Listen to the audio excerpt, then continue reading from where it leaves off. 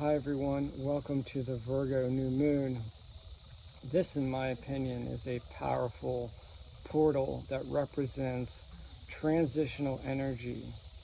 For starters, it sets up two important eclipses that are in September, and a lot of things on the other side of September are going to be very different. We even have a new moon eclipse late in September that's also in Virgo. That's two new moons in Virgo in a row, which is incredibly rare and unusual.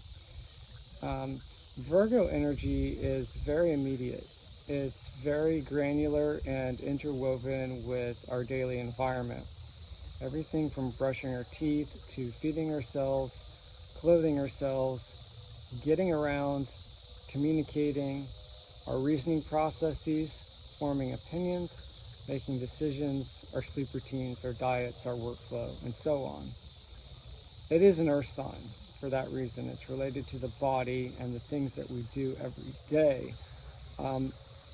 But it is a changeful energy. It's related to the time of year when light is changing, when leaves are falling off the trees, when it's time for harvest season.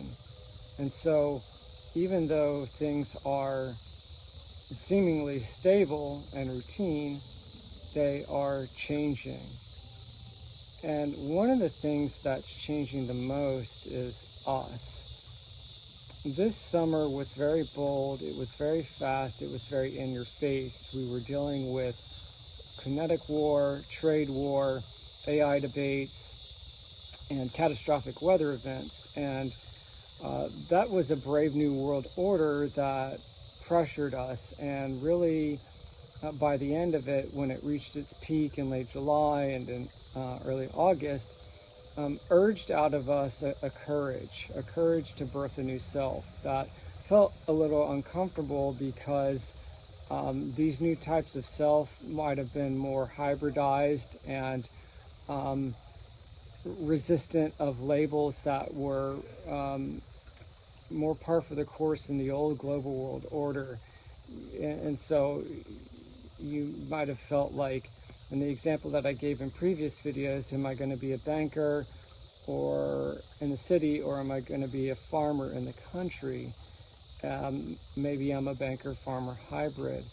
And we would have talked about how that would have been an uncomfortable feeling as things reached a boiling point in the summer, because it was like we're waiting, the world is changing, but we're almost outpacing it as people. That's great, because, to use the kind of old cliche, power is coming back to the people instead of the institutions that built the global order and supported it and created stability within it and created trust in the people that inhabited it. But as we go through this transition of having people lead the charge, and one of the ways that I think that people are leading the charge is that they are becoming the vectors of information rather than just having a handful of consolidated broadcast networks that determine the narratives and the conversations of the day. Now, of course, in communication models, there's a sender and receiver. If it's a decentralized model where we are all senders and receivers, there's still this question of the avatar, the speaker, the mask through which the message comes through. And that's where a lot of the stress came from this summer, which is feeling like, okay, I have the courage to kind of push through certain things that I know are dead and old, but who is the me that's pushing through that? I just know that there's some kind of courage that can meet that, and I tried to encourage you to just hold on to that feeling in summer, and to just acknowledge that you are becoming the main character and what's next in the world. It's very much that you're not a receptacle of information anymore. We don't have that big tent society of 24/7, 365 news that says like, here's your supply chain of meaning.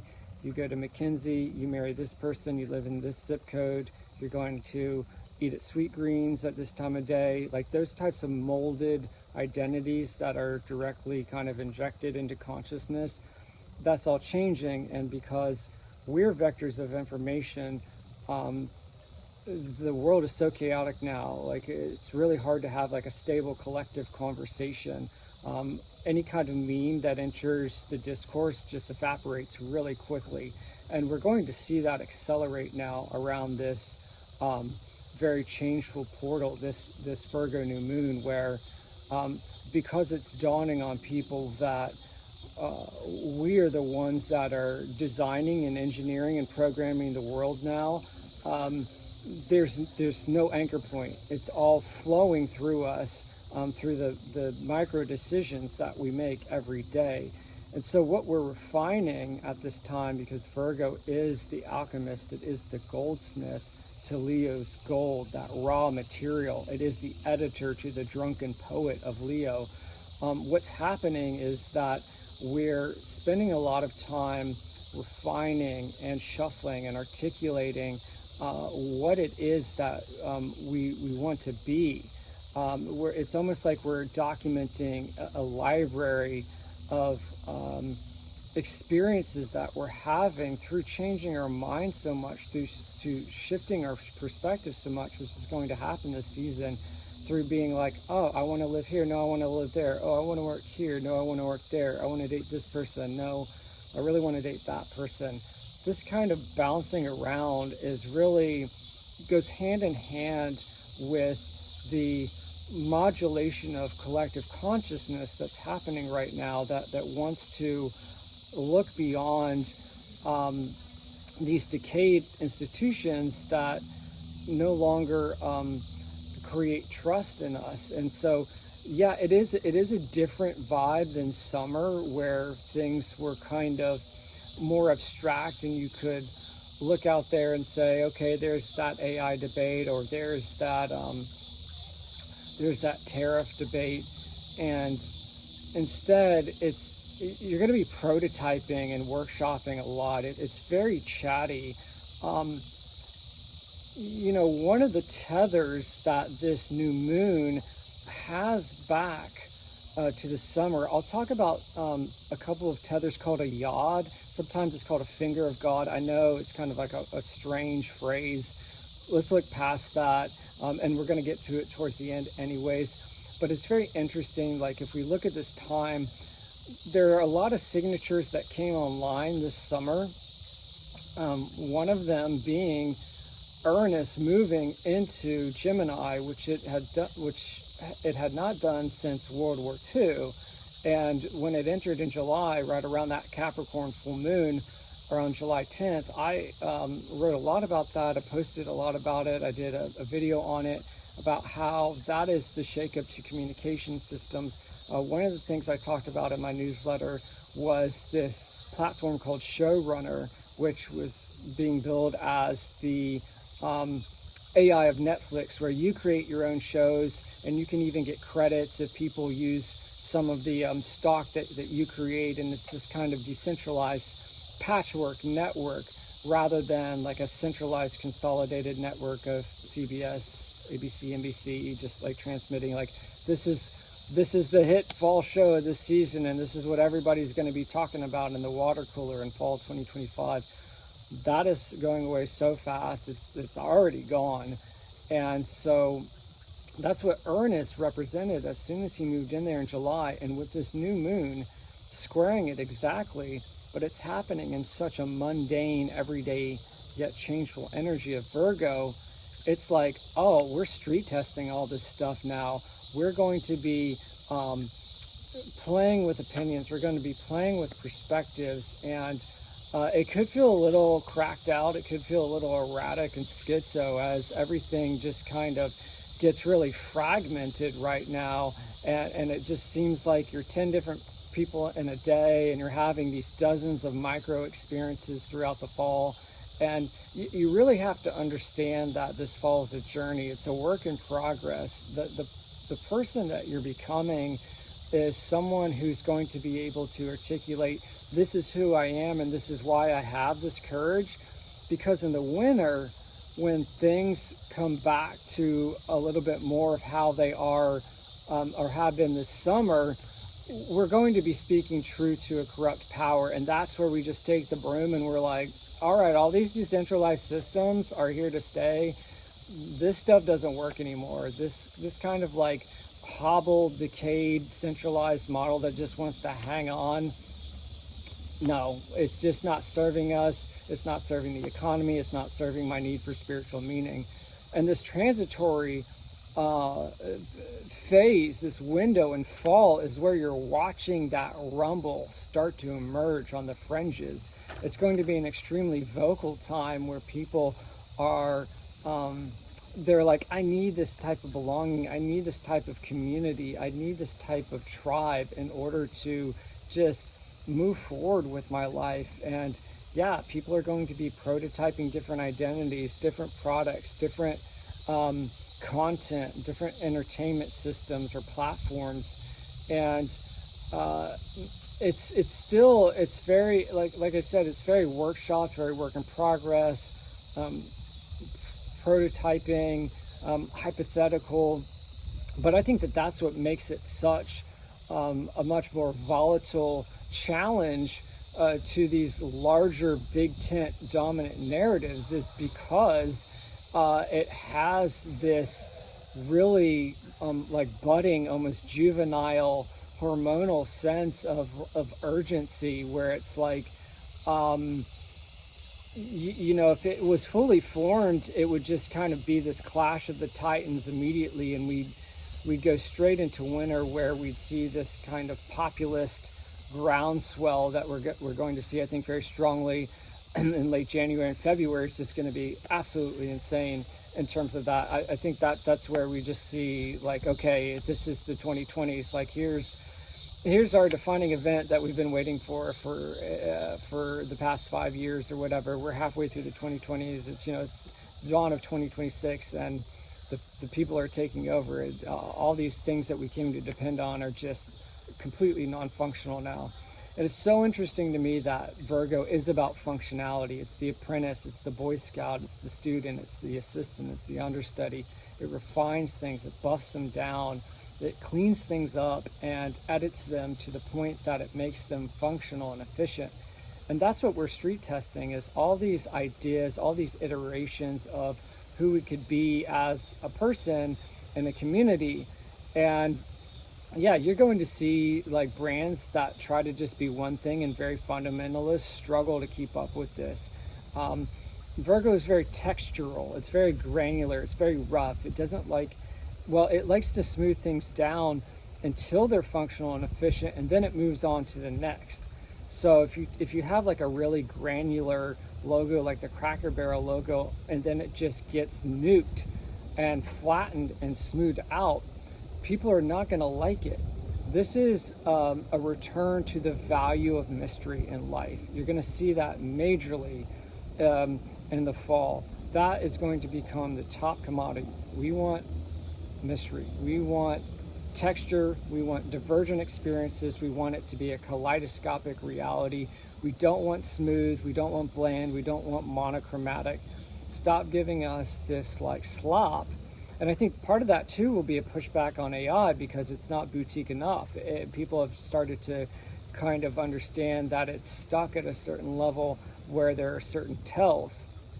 So there's going to be a lot of discussions about value in general, what things contribute to society or to the economy in general. But yeah, you're going to be seeing a lot of pushback because brands and markets and products are going to have to grapple with this window of change. And because the demand for mystery is going up, part of it is that people just are trying to figure out who they are that would purchase a product or invest in a brand or invest in a market, because their thought processes are going to be so divergent and explorative. You know, they're hard to pin down, and until they arrive at that congruence between the speaker and the courage inside them, that I think that'll happen in winter. And then, but by the time we get to that point, the purpose will be there. Why do you want to have a mask that can speak courage? Well, it's because you want to dust away all the stuff that doesn't work anymore.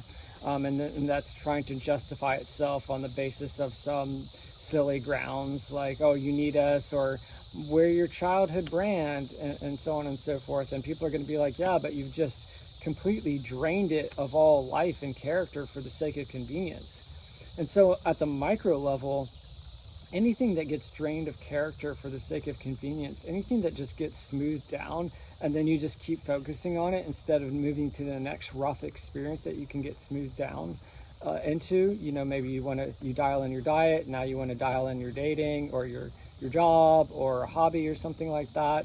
If you just stick at that level of just continuing to smooth down something that's already smooth, like Cracker Barrel reinventing its logo, MSNBC changing its name to like MS Now, which is something like, again, we're talking about changing communication models and big institutions struggling to maintain relevancy. I think it stands for news, opinion, and world events or something. It's just so clunky and just absolutely just struggling for relevancy. What will happen is that, let me make sure, trying to get focused here. There we go. What will happen is that, if you stick to buffing down and sanding down something that is already taken care of, you're going to start feeling like, hey, I'm going through the motions here. This is just muscle memory, and I hate this. This feels toxic to me. I'm totally disillusioned.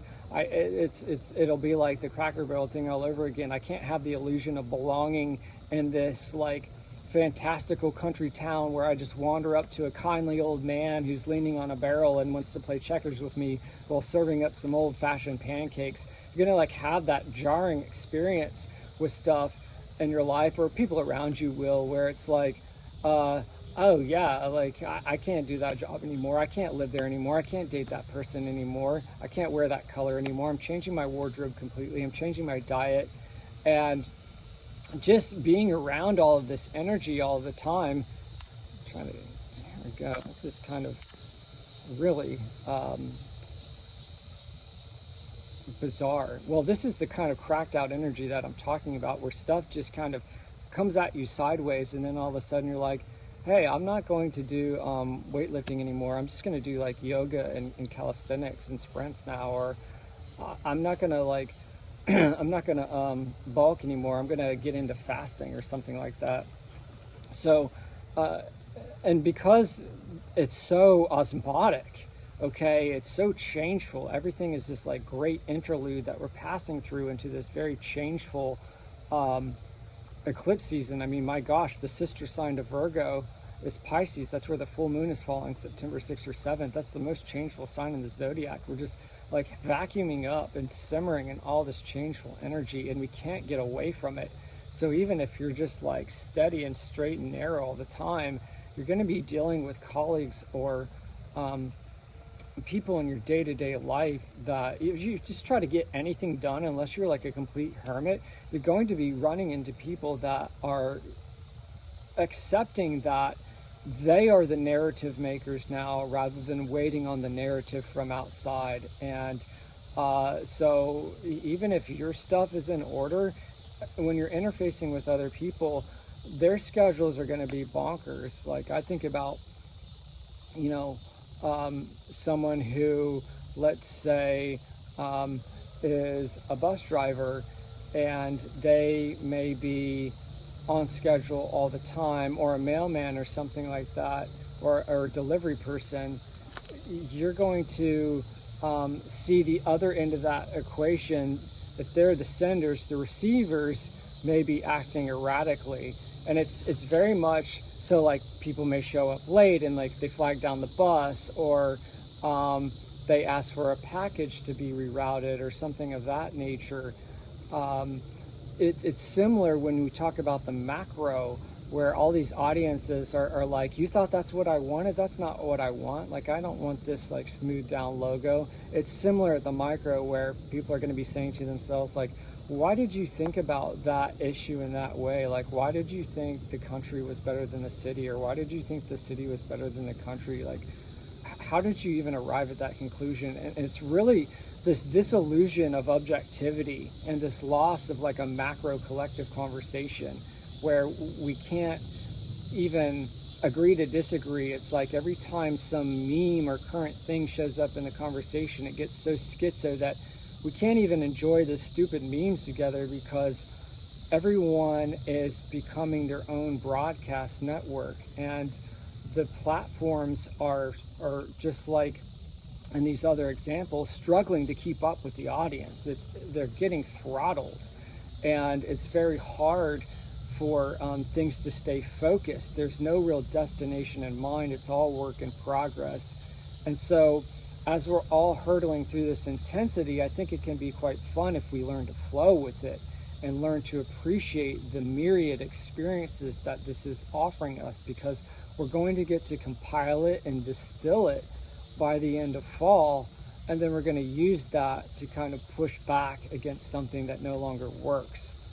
So let me look at my notes real here before I pull up like I did last time. I had some good feedback. I did a little drawing last time about the astrology and people liked that. I want to do that to show, as I talked about earlier in the video, that some of this summer energy that we're transitioning away from or refining is still here, and how that's connected to the message of this portal. Yeah, it's just going to be a really disruptive time, a lot of back and forth. So let's see if I can, let me see here. You see that? Okay, see how this is shaped like a pennant, like a flag? And there's another one down here, we'll get to that. Okay, so one of the things that came online this summer was that Pluto and Aquarius, the air sign, Aquarius, which deals with community, and Pluto being destruction, he's redefining our communities. And then Saturn and Neptune in Aries, the warlike sign, initiating a new global order based on the destruction of false communities. They were in harmony, this air sign where Pluto is, and this fire sign where Saturn and Neptune are. This is called a quincunx, that they are both into this new moon, and that's a 150 degree angle. So it's not quite 180 degrees, which would just be like a tete-a-tete, a face-to-face, like a face-off kind of energy, like a showdown or a duel. It actually, as unusual as it is to say, 150 degrees has the energy of Virgo. It's very like, hey, I need to refine this. I need to break this down. I need to look at all the pieces and shuffle them around so that I can know what they can make. Can I turn this into a car? Can I turn it into a skyscraper? Maybe these Lego pieces make a toaster. Maybe it makes a hammer. That's that energy of 150. That's that energy of a quincunx, of a 150 degree angle, and it's very similar to Virgo. And so what happens is that this is called a yacht. When you get two or more planets forming this kind of barbell, and then they both have that 150 degree angle to another planet or point, which in this case happens to be the new moon. And what it does is it kind of squeezes that energy and refines it and drains it of all pretension and illusion. Now, I think it's interesting that Virgo, of all the placements, of all the zodiac signs, is the least pretentious, is the least prone to illusion. And so that yod tells me, excuse me, that yod tells me that the signature that formed over summer is supporting our exploration of a new kaleidoscopic reality where we are the storytellers. And it wants to say that all of this pressure that's been happening this summer is for the purpose of gathering new diverse experiences so that we can articulate who is behind this courage, or who's going to voice this courage. And then when that's all integrated, we'll go into the winter and push back and sweep away stuff that no longer works. The other yod is, again, I'm like looking backwards on the camera here. It's always kind of like funny trying to do this. Mercury in Leo, where he's been retrograding, he's now direct, but he spent such a long time in Leo because he went retrograde there around July 18th, and he's in harmony with Mars and Libra, who I've been talking about a lot on Twitter or X and in my previous videos, how that's a very iron fist inside a velvet glove kind of energy. You have to stay mentally sharp. You have to be able to switch perspectives. You know, Mercury in Leo, again, is about that courage, about that new self that's being born, and Mars is helping us find perspectives in order to support that. They're both in a 150-degree angle to what looks like this horseshoe-shaped symbol here, which is the North Node. And the North Node, again, is what times the eclipses. The North Node is in Pisces, and we're going to have that Pisces eclipse on September 6th or 7th, the full moon right on it. And I think that those two planets, Mercury and Mars, forcing a purification of the North Node, which is our North Star. It's our collective lighthouse. It says go towards Piscean stuff. Not the Piscean illusion, because Pisces is about illusion, but beautification. Don't flatten things. Don't drain them of all beauty and aesthetics. Don't do the Cracker Barrel thing. Use that courage that you've developed this summer to beautify the world. So these two yods, even though they're kind of pointing at different sides of the chart, they're both taking this energy from the summer and saying, yes, we're connected to what's happening to you this fall. We want you to use these experiences to know that the world is changing. It's very pressured and it's very stressful, but it has you as the hero at the center of it. We want you to win. We want you and your values of mystery and beautification that are being led by a very unpretentious virtue to explore the world and to see what it has to offer. We want that to be front and center in this world now. We don't want you to just be passive in this life now, because we can't trust in these institutions anymore. That era is over for various reasons that I've discussed over the past 5 years, in which I've distilled into a term called the patchwork age, introducing a new decentralized vision of the world. All of this transitory energy is very supportive of that. And it's just interesting that it's going to take time to unfold. I mean, gosh, who knows even what these eclipses are even going to bring. I mean, we can gauge what Virgo and Pisces eclipses are going to bring. I mean, Virgo, again, is the workaday world, so there's going to be a lot of stuff about the economy and value and jobs. And Pisces is about beauty and aesthetics and faith, so there's going to be a lot of discussion about spiritual meaning in the world. Like, yeah, if we're an efficient, like if things turn out to be good, and like maybe people sour on AI for a while and return to humanizing things for a while, it can be this question of, yeah, but how are we going to shape that into a beautiful vision? Like, how can we create this comforting sense of belonging out of that? Or maybe even these doubts of, well, how long will that stay around for? Or if we can make it stay, how do we anchor it in ourselves in a life philosophy of devotional feeling that we can enact day to day that will keep it around? Like these types of questions are going to come up a lot.